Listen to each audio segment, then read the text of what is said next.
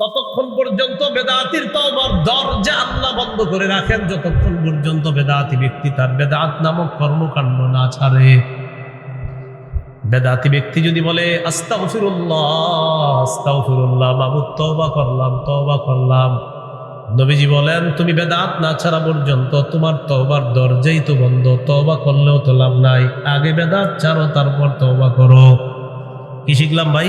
বেদাতি ব্যক্তি বেদাত না ছাড়া পর্যন্ত তওবা কবুল হবে না।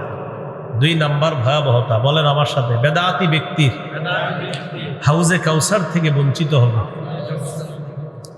হাউজে কাউসার সবাই পান করতে চাই না?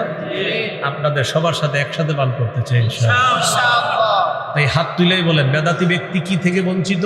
হাউজে কাউসার পানি পান করতে। আল্লাহ যেন আমাদেরকে বঞ্চিত না করেন, আমিন। সহিহ বুখারীর বর্ণনা 6583 নম্বর হাদিস, 6584, এই 2 হাদিস মিলিয়ে একটি হাদিস বলি শুনুন। قال رسول الله صلى الله عليه وسلم انا فرطكم على الحوض। আল্লাহ নবী বলেন, কিয়ামতের ময়দানে আমি আগে আগে হাউজে কাউসারের পাড়ে চলে যাব তোমাদেরকে পানি পান করানোর জন্য। মান মাররা আলাইয়া শারিবা ওয়া মান শারিবা লাম ইয়াজমা আবাদা। যে ব্যক্তি আমার সামনে দিয়ে অতিক্রম করবে ওই ব্যক্তি কাউসারের পানি পান করবে। একবার আমার উম্মত যদি কাউসারের পানি পান করে সে আর কখনো পিপাসার্ত হবে না। নবী বলেন, সুম্মা লা ইয়ারিদান্না আলাইয়া আকওয়াম আ'রিফুহুম ওয়া ইয়া'রিফুনানি। এরপর আমার সামনে একদল মানুষ আসবে যাদেরকে আমি চিনবো, তারাও আমাকে চিনবে। আমার উম্মত আমি চিনবো, তারাও আমাকে চিনবে, আমি তাদের নবী। তো নিয়ম অনুযায়ী উম্মতকে কাউসারের পানি পান করাবো। যেই মাত্র আমার সামনে আসবে পানি পান করাবো, ইউহালু বাইনি ওয়া বাইনাহুম, হঠাৎ দেখবো আমার মাঝে আর তাদের মাঝে মাঝখানে একটা প্রতিবন্ধকতা সৃষ্টি করা হয়েছে, একটা আড়াল দেওয়া হয়েছে। আমি আল্লাহকে বলবো, ইয়া রাব্বি ইন্নাহুম মিন্নি, আল্লাহ এরা তো আমার উম্মত, আমি আমার উম্মতকে কাউসারের পানি পান করাবো। আল্লাহর পক্ষ থেকে জবাব দেওয়া হবে, ইন্নাকা লা তাদরি মা আহদাসু বা'দাক। নবী আপনি জানেন না, দুনিয়া থেকে বিদায় নিয়ে চলে আসার পর তারা ইসলামের মধ্যে নতুন নতুন কত ইবাদত চালু করছে আপনার জানা নাই। এরা সিজনে বেদাত করত, সাপ্তাহিক বেদাত করত, কেউ করত নিয়মিত বেদাত, কেউ করত সাপ্তাহিক জুমার পরে, আবার কেউ বাৎসরিক করত। কি করত? এটা বাৎসরিক সিজন চলতেছে। কি সিজন? বাৎসরিক সিজন। আমি কিন্তু বলি নাই, বলছি। অনেকে মনে মনে করতেছে আমাদের কয়, তো আপনি বেদাত করলে আপনি ওই আগের কথা, মানে মনে মনে ভাববে এটা মনে হয় আমি, তো বেদাত করলে তো আপনি। আর যদি বলেন না আমি তো মাশাআল্লাহ বেদাত করি না, তো মাশাআল্লাহ আপনি তো না। বেদাতি ব্যক্তি বুঝে যে বেদাত করে, এই জন্য বেদাত করবেন না। সর্বশেষ আপনার আমি যতই বুঝাই, আপনি বলবেন হুজুর আপনি বলতে থাকেন, আমি আমারটা করি। সর্বশেষ এতটুকু বলতে পারি, মঞ্চে আসলে আপনার পায়ে ধরতে পারি, এই পায়ে পায়ে। কারণ রাসূল সাল্লাল্লাহু আলাইহি সাল্লাম বলেছেন বেদাতের ঠিকানা জাহান্নাম হবে। তাই ওখান থেকে আপনাকে বাঁচানোর জন্য আমি একজন উম্মত হিসাবে আপনার পায়ে ধরে বলতে পারি, ভাই বেদাত করেন না, জাহান্নামে যাবেন। আপনি যে মঞ্চে আসেন, এলাকার কেউ যদি এরকম করে থাকে মঞ্চে নিয়ে আসেন, সবার সামনে আমি তার আল্লাহর কসম 1 বার, আল্লাহর কসম 2 বার, আল্লাহর কসম 3 বার নিয়ে আসেন, এখানেই পায়ে ধরে বলবো বেদাত করেন। এই সবার সামনে পায়ে ধরে। যদি বলেন না সবার সামনে হইলে লজ্জা, তাহলে কই ধরবো? আপনি একটু অন্ধকারে যাবেন, ওখানে ওই ব্যক্তিরে পাঠাই দিব। তো কারোর সাথে হুজুরদের সাথে ফোনে বইলা দেন, একটা অন্ধকার জায়গায় আমি যাবো, ওখানে গিয়ে আপনার পায়ে ধরবো আমি, যেন কেউ না দেখে। ব্যাস হলো তো। এছাড়া আপনাকে আমার বোঝানোর মতো আর কোনো ক্ষমতা নেই। ভাই আমি এটা বুঝতেছি আপনি কত বড় ভুলের মধ্যে আছেন, এই জন্য আমি আপনার পায়ে ধরতেও রাজি। আল্লাহ আমাদেরকে বুঝার তৌফিক দান করেন। তো বলছিলাম বেদাতের 1 নাম্বার ক্ষতি, বেদাত না ছাড়লে তার তওবার দরজা বন্ধ। 2 নাম্বার ক্ষতি, হাউজে কাউসার থেকে বঞ্চিত। তো নবী পানি পান করাইতে চাবে, তো আল্লাহ তাআলা বলবে এরা হলো বেদাতি, পানি পান করাতে পারবেন না। যেই নবী এত মায়া করে উম্মতকে একটু আগে পানি পান করাইতে চাইলেন, ওই নবী কি বলবে দেখেন, সুহকান সুহকান লিমান গায়্যারা বা'দি। আমার পরে যারা বেদাত করছো যাও দূর হও দূর হও, আমি তোমাদেরকে দেখতেও চাই না। আমাদেরকে কত মায়া করে নবীজি, সেই নবী যদি বলে ফেলে তোমারে দেখতেও চাই না, দূর হও আমার সামনে থেকে। বেদাতের 3 নম্বর ক্ষতি, যে ব্যক্তি নিজে বেদাত করে অথবা কোনো বেদাতিকে আশ্রয় প্রশ্রয় দেয়, তার উপর আল্লাহর অভিশাপ, ফেরেশতাদের অভিশাপ, সকল মানুষের অভিশাপ। সহিহ বুখারীর 3172 নম্বর হাদিসের বর্ণনা, قال رسول الله صلى الله عليه وسلم من أحدث حدثا أو آوى محدثا فعليه لعنة الله والملائكة والناس أجمعين। যে ব্যক্তি নিজে বেদাত করে অথবা কোনো বেদাতিকে আশ্রয় দেয়, তার উপর আল্লাহর অভিশাপ, ফেরেশতাদের অভিশাপ, সকল মানুষের অভিশাপ। বলি নাউজুবিল্লাহ। নাউজুবিল্লাহ। কষ্ট হচ্ছে আপনার, বসেন কিছুদিন বসলেন, পরে দেন আবার এ করে দিন, ফ্যান দেন না, ওনাদের তো কষ্ট। সামনে থেকে শ্রোতাদের জন্য ফ্যানের ব্যবস্থা করবেন, হ্যাঁ ইনশাআল্লাহ। শ্রোতাদেরও তো কষ্ট, অনেকে ঘামায় যেতেছে এই গরমে, মাঝে মাঝে ওনাদের একটু ফ্যান দেন, তাহলে বিষয়টা ভালো লাগে। এদিকে আমার আরাম, ওনারও তো কষ্ট পাইতেছে। 3 নম্বর ক্ষতি, যে বেদাত করে অথবা বেদাতিকে আশ্রয় প্রশ্রয় দেয়, তার উপর আল্লাহর অভিশাপ, ফেরেশতাদের অভিশাপ, সকল মানুষের অভিশাপ। আল্লাহ আমাদেরকে হেফাজত করেন। আমিন। 4 নম্বর ক্ষতি, এই ক্ষতিটা একটু মনে রেখেন। 4 নম্বরটা বলেন, কোন এলাকায় এলাকা একটি বেদাত একটি বেদাত প্রতিষ্ঠিত হয়ে গেলে প্রতিষ্ঠিত হয়, ওই এলাকা থেকে ওই এলাকাতে আল্লাহ তাআলা আল্লাহ একটি সুন্নত উঠে আনে সুন্নত কিয়ামতের আগে। কিয়ামতে সেই সুন্নত সেই সুন্নত আর আল্লাহ ফিরিয়ে দেন না। আমাদের কত সুন্নত আমরা জানি, কিন্তু আমল করতেছি না, পারিও না, আপনার সুযোগ হচ্ছে না, অথবা আল্লাহ ভুলাই দিতেছে না। তোমাদের সামনে বেদাত হয়, তোমরা কি সুন্নত পালন করো? ওই যে হাদিস তো স্পষ্ট, নবীজি বলে দিয়েছেন, একটি বেদাত প্রতিষ্ঠিত হবে, একটি সুন্নত আল্লাহ উঠায় নেবে। সুনানে দারিমির 54 নম্বর হাদিস, ক্বালা রাসূলুল্লাহ সাল্লাল্লাহু আলাইহি ওয়াসাল্লাম মা বতাদা কওমুন ফি দীনিহিম বিদআতান ইল্লা নাযআ আল্লাহু মিন সুন্নাতিহিম সুন্নাতান। নবীজি বলেন, কোন জাতি যখন তাদের ধর্মের মধ্যে একটা বেদাত প্রতিষ্ঠিত করে ফেলে, ওই এলাকা থেকে একটা সুন্নত আল্লাহ উঠায় নেয়। সুম্মা লা ইউঈদুহা ইলাইহিম ইলা ইয়াউমিল কিয়ামা। কিয়ামতের আগে ওই সুন্নত ওই জাতিকে আল্লাহ ফিরিয়ে দেয় না। এই জন্য দেখবেন অনেক সুন্নত আমরা জানার পরেও আমলের তৌফিক হয় না। মেসওয়াক করা সুন্নত সবাই জানে, কিন্তু এশার নামাজের আগে সবাই মেসওয়াক করে নাই। খাওয়ার আগে বিসমিল্লাহ বলা সুন্নত, কেউ আজকে হয়তো 3 বার খেয়ে ফেলছেন অথবা 2 বার খেয়ে ফেলছেন। বিসমিল্লাহ বলা সুন্নত সবাই জানে, বাচ্চারাও জানে, কিন্তু অসংখ্য অগণিত মানুষ খাবার শুরুতে বিসমিল্লাহ বলে নাই। ঠিক না? সবাই জানে কিন্তু বিসমিল্লাহ বলা সুন্নত। এখানে একদম সবাই, একজনও বাকি নাই কেউ জানে না, যে সবাই একদম বাচ্চা নাবালেগ যে ও জানে খাবারের শুরুতে বিসমিল্লাহ বলা সুন্নত। ঘুমের সময় আমরা মায়ের কাছে সব ছোটবেলা শিখে ফেলছি, আল্লাহুম্মা বিসমিকা আমুতু ওয়া আহইয়া, কিন্তু তালাশ করেন গত রাত্রে ম্যাক্সিমাম লোক এটা পড়তে ভুলে গেছে।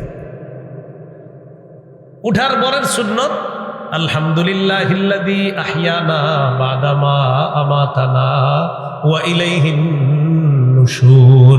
বক্তব্যে আমরা ছোটবেলায় শিখছি এবং আমরা এগুলা বলি একজনে, ঘুমের সময় এই দোয়া পড়িতে হয়, উঠার পর এই দোয়া পড়িতে হয়, কিন্তু নিজেরা পড়ি না। বুঝাইতে চাইলাম প্রিয় ভাইয়ারা, এটা কষ্টের বিষয়। আমাদের সামনে বেদাত প্রতিষ্ঠিত হয়ে যায়, আল্লাহ তাআলা আমাদের উপর নিঃসন্দেহে রাগ করেন। এই জন্য দেখবেন সুন্নত হাজারও জানি আমরা, কিন্তু আমলের তৌফিক হচ্ছে না। মসজিদের দরজায় লেখা আছে ঢুকার সময় আল্লাহুম্মা ইফতাহলি আবওয়াবা রাহমাতিক, কিন্তু এই লেখাটাও দেখবেন অনেকে পড়ার তৌফিক হচ্ছে না, ওই নিচে দিয়ে ঢুকে যাচ্ছে। এটা যদি পড়ে ফেলে তা আমল তো হয়ে গেল। বের হওয়ার সময় দরজায় লেখা আল্লাহুম্মা ইন্নী আসআলুকা মিন ফাদলিক, তৌফিক হচ্ছে না। ওযুখানার মধ্যে লেখা ওযুর শুরুতে পড়তে হয় বিসমিল্লাহ আলহামদুলিল্লাহ, এই লেখাটা অনেকের চোখে পড়ে না, কেন? তৌফিক হচ্ছে। বুঝাইতে চাইলাম, বেদাত প্রতিষ্ঠিত হয়ে গেলে সুন্নত আল্লাহ উঠায় নেয়, অথবা অনেক সুন্নত আমাদের চোখের সামনে থাকে, কিন্তু আমরা আমলের তৌফিক পাইতেছি না, আমল করার সুযোগ হচ্ছে না। আল্লাহ আমাদের সকলকে এই ভুলগুলা থেকে ফিরে আসার তৌফিক দান করুন। ইবনে মাজার বর্ণনা 2865 নম্বর হাদিস। قال رسول الله صلى الله عليه وسلم, আল্লাহ নবী বলেন, ইন্নাহু সালিমিনকুম মিন বাদি রিজাল ইউতফিউনা সুন্নাতা ওয়া ইউহদিসুনা বিদআহ। নবীজি বলেন, আমার পর তোমাদের ধর্মীয় নেতা হবে এমন এমন মানুষ, তোমাদের সামনের এই চেয়ারগুলোতে এমন এমন মানুষ তোমরা বসায়া দিবা, যে মানুষ হাজার হাজার মানুষের সামনে সুন্নত মিটাইয়া দিবে, বেদাত প্রতিষ্ঠিত করবে, আর সামনের মানুষগুলা বলবে ঠিক ঠিক। কি বলবে? ঠিক ঠিক। মানে এখানে বসে এরকম হাজার হাজার মানুষের সামনে বলবে যে সুন্নত মিটাইয়া দিবে, আর বেদাত প্রতিষ্ঠিত করে বলবে অমুকরা বলে এটা নাকি বেদাত। মানে বেদাতটা বইলা বলে অমুকরা বলে এটা নাকি বেদাত। বেদাতটা বইলা কি বলে? অমুকরা বলে এটা নাকি কি। তখন কিভাবে দলিল করে দেয়? ভাই বলেন আপনার দাদা এটা করে নাই, বলেন তো আমাদের অমুক শাহ এটা করে নাই, অমুক এটা করে নাই, এগুলো দলিল দিচ্ছে। এগুলা কি দলিল? আমি আপনাদের সামনে এতক্ষণ কি এগুলা বলছি? নবী বলে দিয়েছেন তোমাদের ধর্মীয় নেতা এমন মানুষ হবে সরাসরি সুন্নত মিটিয়ে দিবে, বেদাত জিন্দা করবে, বেদাত প্রতিষ্ঠিত করবে, এরকম তোমাদের ধর্মীয় নেতা হবে। এখন করণীয় কি এই জাতীয় মানুষ হইলে? আব্দুল্লাহ ইবনে মাসউদ রাদিয়াল্লাহু তাআলা আনহু বলেন, কাইফা বি ইন আদরাকতুহুম, হুজুর এই জাতীয় বেদাতি যদি পাই তাহলে কি করব? নবী জবাব দিয়ে দিলেন, লাইসা তাআতুন লিমান আসাল্লাহ, বেদাতি হলো আল্লাহর নাফরমান, আল্লাহর নাফরমানের কোনো আনুগত্য করা যাবে না, আল্লাহর নাফরমানের কোনো আনুগত্য করা যাবে না। কেন? আপনাদেরও একটা বদভ্যাস আছে, কিছু এলাকায় কিছু বেদাত আসলে, বেদাতি আসলে হেরে দেখতে কিছু ভালো মানুষও যায়। মনে করেন আসছে এমন একজন যে নাচবে, জানে যে নাচানাচি করবে, গাইবে, তো কি করে আমাদের মাদ্রাসার ছেলেগুলোও যায় দেখতে। হ্যাঁ, অনেকে যায়। আপনার এই জায়গায় যারা এরকম দেখাসি না কি হয়, তো আপনি কেন যান? এই দেখাসি না কি হয় করতে গিয়ে তো আপনি দল ভারী করলেন। দেখাসি না কি হয় করতে গিয়ে আপনি দল কি করলেন? ভারী করলেন। এখন আবার অনেকের মনে আসছে, কারে কইল কথাটা, যে নাচে তারে। মাহফিল কি নাচার জিনিস? তো আপনি মাহফিলে নাচবেন কেন? আল্লাহ আমাদেরকে হেফাজত করেন। এই গেল 4 নাম্বার ক্ষতি। 5 নাম্বার, বেদাতির ঠিকানা জাহান্নাম। বলেন বেদাতির ঠিকানা কি? জাহান্নাম। আবু দাউদের 4607 নম্বর হাদিসের বর্ণনা। قال رسول الله صلى الله عليه وسلم, إياكم والمحدثات فإن كل محدثة بدعة وكل بدعة ضلالة وكل ضلالة في النار। আল্লাহ নবী বলেন, তোমরা বেদাত করা থেকে বাঁচো, ইবাদতের নামে নতুন নতুন বেদাত করা থেকে তোমরা বাঁচো। প্রত্যেক নতুন আবিষ্কার হলো বেদাত, প্রত্যেক বেদাত হলো পথভ্রষ্টতা। আমার উম্মত প্রত্যেক পথভ্রষ্টতার ঠিকানা হলো জাহান্নাম। এখন গুরুত্বপূর্ণ একটা আলোচনা করবো, এটার আগে আমার সাথে কিছুক্ষণ একটু পড়াশোনা করেন। বলেন, আমরা কোন আল্লাহর ওলির বিরোধী না, আমরা কোন ওলির কবরের বিরোধী না, তবে কোন ওলির কবরকে কেন্দ্র করে যদি শিরিক হয়, বেদাত হয়, গাজার আসর হয়, মেলা বসানো হয়, সেই শিরিক বেদাত, গাজার আসর আর মেলা, এগুলোর বিরুদ্ধে আমরা আগেও ছিলাম, এখনো আছি, মরণ পর্যন্ত থাকবো ইনশাআল্লাহ। আমরা কি ওলিদের বিরোধী? কবরের বিরোধী? কবর কেন্দ্র করে শিরিক হলে, বেদাত হলে, গাজার আসর হলে, মেলা বসানো হলে, এই বিষয়টা না অনেকে বুঝতে চায় না। যেমন আমি যদি শিরিকের বিরুদ্ধে বয়ান করি, আমার ব্যাপারে প্রচারণা চালাবে, আর এই বিন হাবিব অলিদের বিরুদ্ধে। আমি কি অলির বিরুদ্ধে না শিরিকের বিরুদ্ধে? এই বিষয়টা স্পষ্ট করতে হবে, অলির বিরুদ্ধে না, শিরিকের বিরুদ্ধে। এটা কেন বলায় নিলাম? কারণ এখন আমি যে ওয়াজটা করবো এটা হলো কবর কেন্দ্রিক ওয়াজ। কি কেন্দ্রিক ওয়াজ? কবর। কবর কেন্দ্রিক কিছু বাড়াবাড়ি হয় আমাদের। আবার মূল কথায় আসতে হবে, নবী কি দিন রেখে গেছে, পূর্ণাঙ্গ না অপূর্ণাঙ্গ? এই পূর্ণাঙ্গ দিনের মধ্যে আছে কবর জিয়ারত করা সুন্নাত। কবর জিয়ারত করা কি সুন্নাত। এই কবরকে কেন্দ্র করে কিছু বাড়াবাড়ি এমন বেদাত আছে যেটা শিরিক পর্যন্ত পৌঁছায়। এই জাতীয় কিছু বিষয় আমরা জানি। সহিহ বুখারীর বর্ণনা 427 নম্বর হাদিস। হাদিসের বর্ণনাকারী আয়েশা সিদ্দিকা রাদিয়াল্লাহু তাআলা আনহা। عن عائشة الصديقة رضي الله تعالى عنها أن أم حبيبة وأم سلمة رضي الله تعالى عنهما ذكرتا كنيسة رأيناها بالحبشة فيها تصاوير। দেখেন আম্মাজান উম্মে হাবিবা উম্মে সালামা হাবশায় গেছে। হাবশায় গিয়ে গির্জা দেখছে, একটা গির্জা। কি দেখছে ভাই? গির্জা মানে একটা ধর্মীয় ইবাদতখানা। তো এই গির্জা দেখে কি গির্জার নিচে হলো আল্লাহর ওলির কবর, উপরে হলো ইবাদতখানা, আর ইবাদতখানার ভিতরে হলো আল্লাহর ওলির মূর্তি। কথাটা বুঝেন? গির্জা উপরে আল্লাহর ওলির মূর্তি, নিচে আল্লাহর ওলির কবর। তাহলে আল্লাহর ওলির কবরের উপর গির্জা মানে ইবাদতখানা, ওই ইবাদতখানার ভিতরে আবার আল্লাহর ওলির মূর্তি। তাহলে আল্লাহর ওলির কবরকে কেন্দ্র করে সেজদা করা শিরিক, আবার ওই আল্লাহর ওলির মূর্তি বানানো শিরিক। তাহলে দুইটা শিরিক এখানে পাওয়া যাচ্ছে। এই বিষয়টা নবীর দুই বিবি নবীজির কাছে বললেন। যাকারাতা হুলিন নবী সাল্লাল্লাহু আলাইহি ওয়াসাল্লাম নবীজির কাছে জানতে চাইলেন, ইয়া রাসূলুল্লাহ, হাবশায় গেলাম, যাওয়ার পর সেখানে ইবাদতখানা দেখলাম, ইবাদতখানার ভিতর দেখলাম আল্লাহর ওলির মূর্তি, আর ইবাদতখানার নিচে আল্লাহর ওলির কবর। ব্যাপারটা বুঝতে পারলাম না। নবীজি বললেন, উলাইকা ইযা কানা ফীহিমুর রাজুলুস সালিহু ফামাতা বানাউ আলা কবরিহি মসজিদা। এরা হলো ওই সমস্ত মানুষ যাদের মাঝে কোনো ভালো মানুষ যখন মারা গেছে, মারা যাওয়ার পর তাকে তারা কবর দেয়, কবর দেওয়ার পর তার কবরের উপর তারা একটা সিজদার স্থান বানায়। আওয়াজ দিয়ে বলি নাউজুবিল্লাহ। নিচে কার কবর? ওলির, উপরে সিজদার স্থান। ওয়াসাওয়ারু ফীহি তিলকা সুওয়ার, ওই সিজদার স্থানের মধ্যে ওই আল্লাহর ওলির মূর্তি বসায় দেয়। নবীজি বলেন, উলাইকা শিরারুল খালকি ইনদাল্লাহি ইয়াউমাল কিয়ামা, কিয়ামতের ময়দানে তারাই হলো আল্লাহর কাছে সবচাইতে নিকৃষ্ট জাতি। বলি নাউজুবিল্লাহ। যে মূর্তি বানায় নিকৃষ্ট জাতি, যারা সেজদার স্থান বানায় কবরের উপর, এদেরকে কি বললেন নবী? নিকৃষ্ট জাতি। তাহলে মূর্তি এগুলা শিরিক, ইসলামের মধ্যে না। হ্যাঁ, অন্য ধর্মে যারা মূর্তি পূজা করে সেটা তাদের ধর্মীয় ব্যাপার। তো মুসলমান তাদের ধর্মের মধ্যে মূর্তি রাখতে পারে না, কারো মূর্তি বানাতে পারে না, কারো মূর্তি বানাতে পারে না। এই জন্য আল্লাহ তাআলার কি বিধান। হুজুররা আন্দোলন করছিল একটার জন্য, আল্লাহ তাআলা 90 ভাগ ব্যবস্থা করে, 90 ভাগ আল্লাহ তাআলা ব্যবস্থা করে গেছে।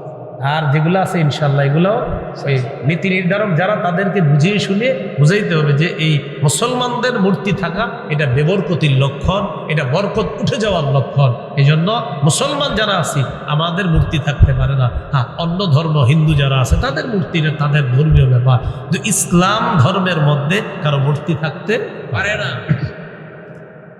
তাহলে এখানে দুইটা শিরিকের গন্ধ, একটা গেল সেজদার স্থান বানাইছে, আর একটা মূর্তি। নবী বললেন এরা সবচেয়ে নিকৃষ্ট জাতি। এখন আমি আপনাদের কাছে জানতে চাই, কবর কেন্দ্র করে সেজদার স্থান বাংলাদেশে না থাকলেও পৃথিবীতে আছে না?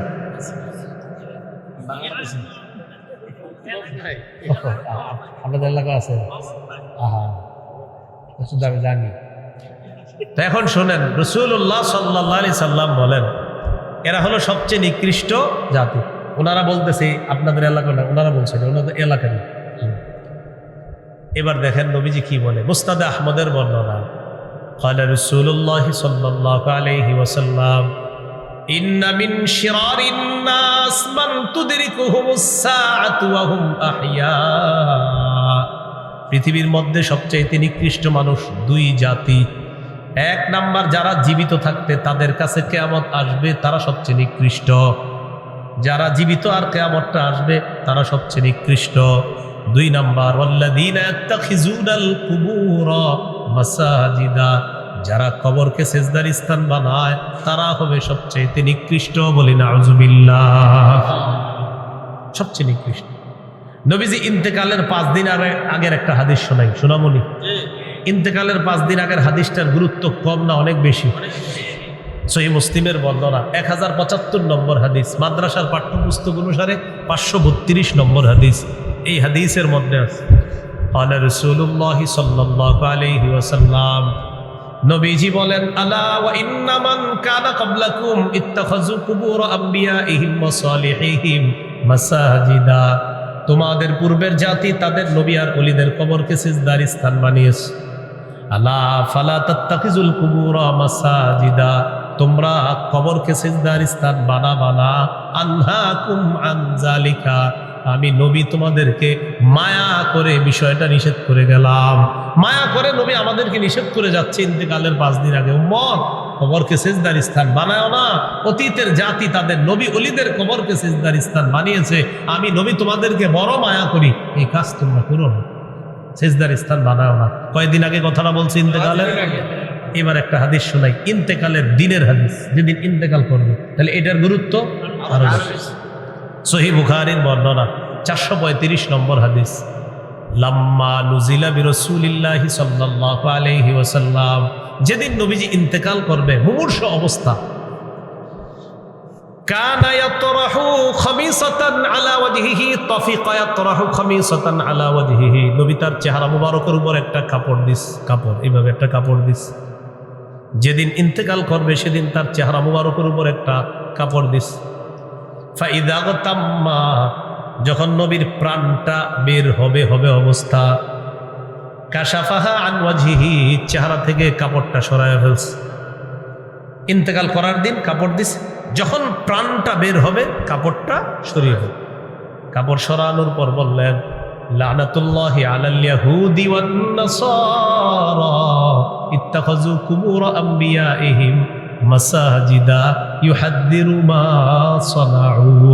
নবীজি বললেন, ইহুদিদের উপর আল্লাহর অভিশাপ, খ্রিস্টানদের উপর আল্লাহর অভিশাপ, তারা তাদের নবীদের কবরগুলা সিজদার স্থান বানিয়েছে। সতর্ক করে দিচ্ছে, উম্মত আমার কবরকে সিজদার স্থান বানাও। তাহলে 5 দিন আগে নিষেধ করলেন, ইন্তেকালের দিনও নিষেধ করলেন, তাহলে বিষয়টার গুরুত্ব কম না অনেক বেশি? এই জন্য প্রিয় ভাইয়েরা, কবর কেন্দ্রিক সেজদা আল্লাহ রাসূল নিষেধ করছেন। সেজদা দিতে হয় শুধু কাকে? আল্লাহ কথাগুলা বুঝার তৌফিক দান করুন। এবার আমার সাথে বলেন, কবরকে কেন্দ্র করে মেলা বসানো নিষেধ। সবাই বলেন দলিল, বলেন দলিল। আবু দাউদের 2042 নম্বর হাদিস। কবর কেন্দ্র করে কি বলানো নিষেধ, কি বসানো নিষেধ?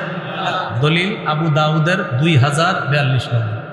قال رسول الله صلى الله عليه وسلم لا تجعلوا بيوتكم قبورا ولا تجعلوا قبري عيدا। তোমরা তোমাদের ঘরগুলাকে কবর বানাও না। যেই ঘরের মধ্যে কোরআন তেলাওয়াত হবে না, যেই ঘরের মধ্যে জিকির হয় না, তাসবিহ হয় না, আল্লাহর নাম উচ্চারণ হয় না, ওই ঘরটা কবরের মতো হয়ে যায়। নবী বললেন, তোমরা তোমাদের ঘরগুলাকে কবর বানাও না। এরপর বললেন, ওয়ালা তাজআলু কবরি ঈদা, আমার কবরকে কেন্দ্র করে মেলা বসাবা না, উৎসব বসাবা না।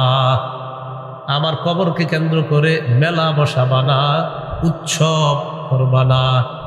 আমাকে যদি মোহাব্বত করতে চাও, সাল্লু আলাইয়া, বেশি বেশি আমার উপর দুরূদ পড়বা। ফাইন্না সালাতাকুম তাবলুগুনি হাইসু কুনতুম, তোমরা যখনই দুরূদ পড়ো, যেখানেই থাকো, তোমরা বিবারিয়া থাকো আর বাংলাদেশের যেখানে থাকো, সারা পৃথিবীর যেখানে থাকো, দুরূদ পড়া মাত্রই তাবলুগুনি, আমি নবীর কাছে পৌঁছে যায়। সাথে সাথে কার কাছে পৌঁছে যায়? পড়েন পড়েন, সাল্লাল্লাহু আলাইহি ওয়াসাল্লাম, সাল্লাল্লাহু আলাইহি ওয়াসাল্লাম, সাল্লাল্লাহু আলাইহি ওয়াসাল্লাম, সাল্লাল্লাহু আলাইহি ওয়াসাল্লাম। পড়েন আর দিলে দিলে স্মরণ করেন যে এই মুহূর্তেই এটা নবীর কাছে পৌঁছতেছে। সাল্লাল্লাহু আলাইহি ওয়াসাল্লাম, সাল্লাল্লাহু আলাইহি ওয়াসাল্লাম। যতবার পড়ছি আমরা, ঠিক ততবার সাথে সাথে নবীজির কাছে পৌঁছে গেছি। এরকম সুন্দর আমল থাইকা কেন বলেন বেদাত করবো, কেন শিরিক করবো? মানুষ জান্নাতে যাওয়ার রাস্তাকে কেন আপনার কঠিন বানায় ফেলছে? কত সুন্দর নবীজি দিক নির্দেশনা দিয়ে দিচ্ছে। টাকা পয়সা থাকলে হজ করবা, টাকা পয়সা থাকলে জাকাত দিবা। যদি টাকা পয়সা না থাকে তত হজও পারবা না, জাকাতও দিতে পারবা না। উম্মত শোনো, সল্লু খামসাকুম, 5 ওয়াক্ত নামাজ পড়বা ঠিক মতো। সুমু শাহরাকুম, রমজানের রোজা তো মাফ নাই, রোজাটা রাখবা। আর বাকি যে 2টা বললাম, নবীজি বলতেছে টাকা থাকলে হজে যাবা, টাকা থাকলে জাকাত দিবা, না থাকলে তো কিছু করার নাই। নামাজটা ঠিক মতো পড়ো, রোজাটা ঠিক মতো রাখো, হালাল খাদ্য খাও, মরো, জান্নাতে প্রবেশ করো।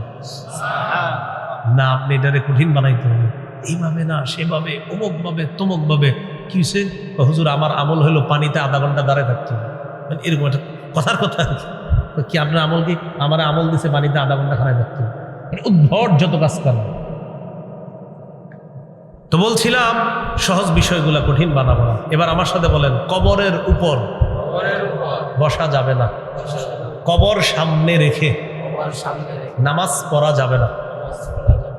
আবু দাউদের বর্ণনা 3229 নম্বর হাদিস। ক্বালা রাসূলুল্লাহ সাল্লাল্লাহু আলাইহি ওয়াসাল্লাম, লা তাজলিসু আলাল কুবুরি ওয়া লা তুসাল্লু ইলাইহা। নবীজি সাল্লাল্লাহু আলাইহি ওয়াসাল্লাম বলেন, তোমরা কবরের উপর বসবা না, কবর সামনে রেখে তোমরা নামাজ পড়বা না। মসজিদের মাঝখানে মনে করেন কবর, কবরের ওই সামনে হলো কয়েক কাতার, পিছনে কয়েক কাতার, এইভাবে মাঝখানে আপনি কোনো কবর রাইখা নামাজ পড়া, এটা ঠিক না, এটা অন্যায়। বলতে চাইলাম কোনো ধরনের বেদাত আমরা করব না, কোনো ধরনের শিরকি কর্মকাণ্ডে আমরা লিপ্ত হব না। বলেন ইনশাআল্লাহ। রাজি আছি তো সবাই ইনশাআল্লাহ? নবীজি আমাদের কাছে শরীয়ত রেখে গেছে পূর্ণাঙ্গ না অপূর্ণাঙ্গ? পূর্ণাঙ্গ শরীয়তের মধ্যে কিছু কাজ শিরিক হয়ে যায়, কিছু কাজ বেদাত হয়ে যায়, এগুলো আমরা করব না। ঠিক আছে তো ইনশাআল্লাহ? আল্লাহ আমাদের সকলকে যে কথাগুলো শুনলাম বললাম আমল করার তৌফিক দান করেন। আজকের আমার এই আলোচনাগুলো আপনারা যাদের কাছে মিম্বরের আমানত আমার কিতাবটা আছে, 2য় খণ্ডে 80 নম্বর পৃষ্ঠার পরে এই আলোচনাগুলো পেয়ে যাবেন। মিম্বরে আমানতের 2য় খণ্ডের আলোচনায় শিরিক, বেদাত, কুফর, তাওহীদ সম্পর্কে। তো 2য় খণ্ডটা যাদের সংগ্রহ আছে ওখানে দেখে নেবেন, যাদের সংগ্রহ নাই ওরা অনলাইন থেকে সংগ্রহ করে নিতে পারেন। 6 খণ্ডে কিতাবটা, 1ম খণ্ডে সন্তানের 64টা অধিকার, 2য় খণ্ড শিরিক, বেদাত, কুফর, 3য় খণ্ডে সুদ সম্পর্কে আলোচনা, সুদের কারবার না থাকলেও কিতাবটা একটু পড়েন, হ্যাঁ, 3য় খণ্ডটা। 4র্থ খণ্ড স্বামীর 24টা অধিকার, স্ত্রীর 19টা, 5ম খণ্ডে লা ইলাহা ইল্লাল্লাহর ব্যাখ্যা, 6ষ্ঠ খণ্ডে নামাজ সম্পর্কে আলোচনা। যাদের কিতাবটা প্রয়োজন অনলাইন থেকে নিয়ে নেবেন, এখানে গাড়িতেও মনে হয় আছে, যদি আমি যাওয়া পর্যন্ত গাড়িতে পান তাহলে গাড়ি থেকে সংগ্রহ করেন, গাড়িতে ওঠার পরে সুযোগ পাওয়া যাবে না। হ্যাঁ, সবার জন্য আমরা দোয়া করব, বিশেষ করে যুব সমাজ, প্রবাসী যারা আছি সবার জন্য দোয়া করব। মাহফিলটা যুব সমাজের উদ্দেশ্যে, যুবকরা চাইলে দেশ পরিবর্তন হয়ে যায়। কি পরিবর্তন হয়?